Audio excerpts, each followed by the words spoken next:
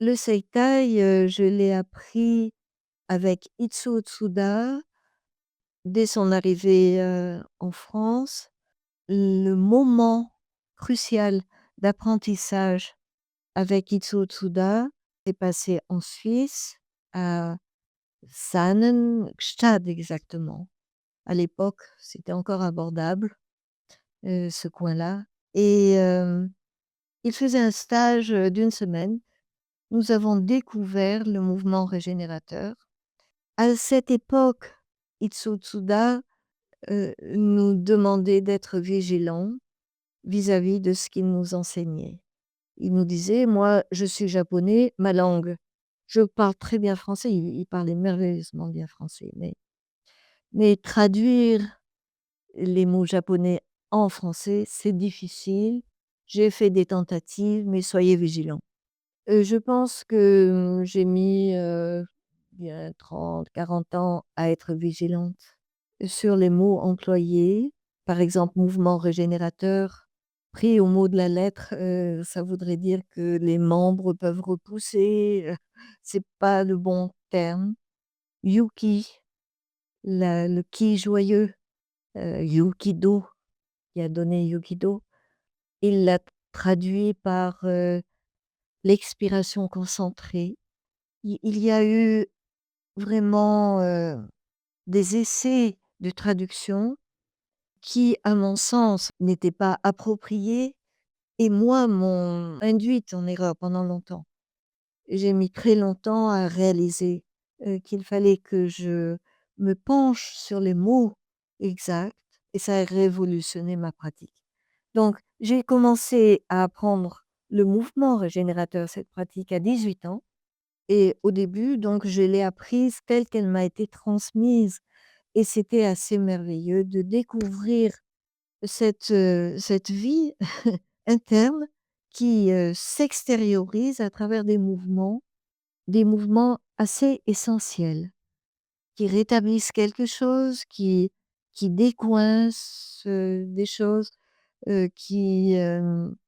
qui font du bien au corps et à l'esprit.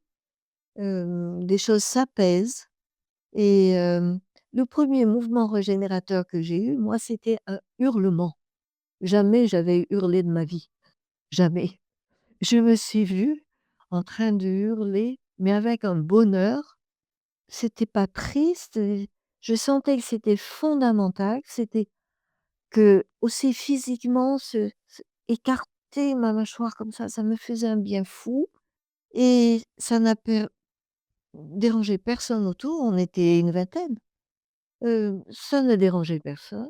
J'ai hurlé un bon coup et puis ensuite, un mouvement est venu, un autre mouvement, des spirales comme ça, mon buste, tournait comme ça.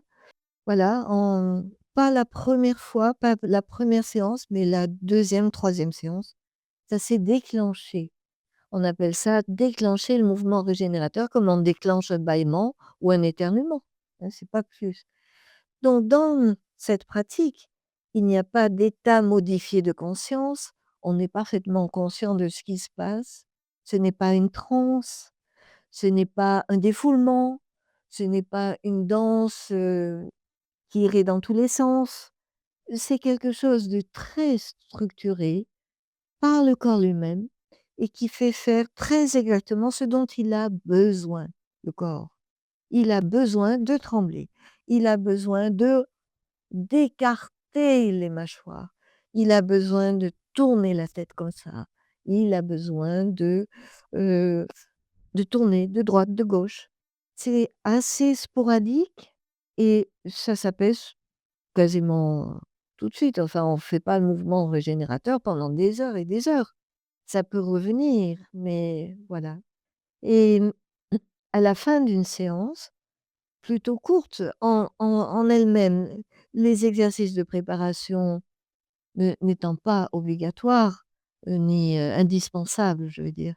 Le mouvement en lui-même est relativement court et après quelque chose, on sent que quelque chose s'est réconcilié, s'est remis en place, c'est on a contacté quelque chose de nous-mêmes qui a œuvré.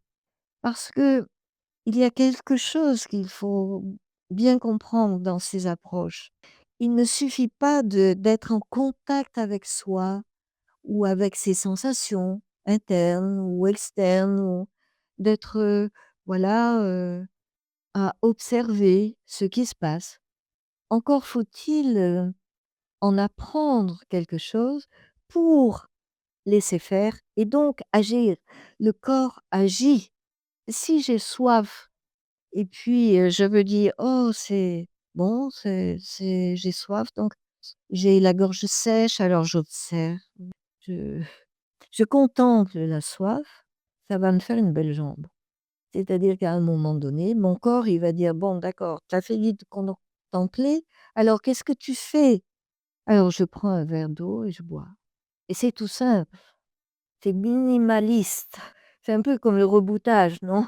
Je j'apporte, ping, la bonne, la bonne quantité également d'eau, heu, c'est-à-dire qu'à chaque bouchée, je sais que j'ai moins soif, je le sens. J'ai moins soif et à un moment donné, je n'ai plus soif.